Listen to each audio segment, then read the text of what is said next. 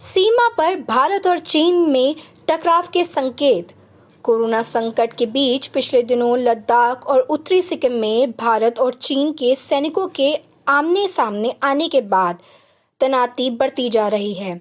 दोनों देशों के में सीमा पर सैनिकों की संख्या बढ़ती जा रही है। उच्च पदस्थ सूत्रों के मुताबिक पूर्वी लद्दाख में वास्तविक नियंत्रण रेखा एलसी पर भारतीय सेना की ओर से अपनी ताकत बढ़ाने के लिए सड़क बनाए जाने की वजह से चीन बौखलाया हुआ है।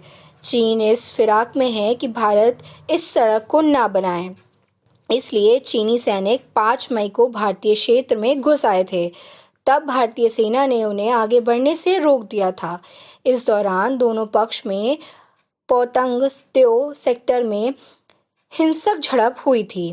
इसके बाद पूर्वी लद्दाख समेत कुछ अन्य क्षेत्रों में दोनों देशों ने सेना की तैनाती बढ़ा दी थी। इस क्षेत्र में दोनों देशों के बीच पहले से ही टकराव होते आ रहे हैं। सैन्य सूत्रों के अनुसार चीन ने डैमचौक, चुमार और दौलत बेग ओल्डी जैसे इलाकों में कई सैनिक की संख्या बढ़ा दी है। इसके अलावा चीन ने गालवान घाटी में भी नदी के पास टेंट लगा दिया है।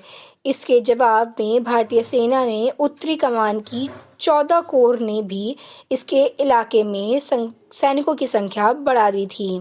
भारतीय सेना की 14 कोर पश्चिमी लद्दाख की सियाचिन में पाकिस्तान व पूर्वी लद्दाख में चीन के मुकाबले अपनी ताकत लगातार बढ़ती जा रही है, जिससे चीन परेशान है। भारतीय सेना के सूत्रों ने बताया, गालवान नदी के पास हमारे सैनिकों ने चीन सेना को चुनौती दी है। वर्ष 1962 के युद्ध के दौरान भी गालवान क्षेत्र टकराव की मुख्य वजह थी। आधिकारिक सूत्रों ने बताया, पीएलए के सैनिकों ने वर्ष 2018 में सिंधु नदी के पास डेमचोक सेक्टर में 300 से 400 मीटर दूरी टेंट लगाया था। ऐसे में हमें सैनिकों को आगे बढ़ना पड़ता है, जिसके चलते टकराव भी सामना करना पड़ता है। ऐसे टकरावों को सैन्य या राजनीतिक चैनलों के जरिए हल किया जाता है।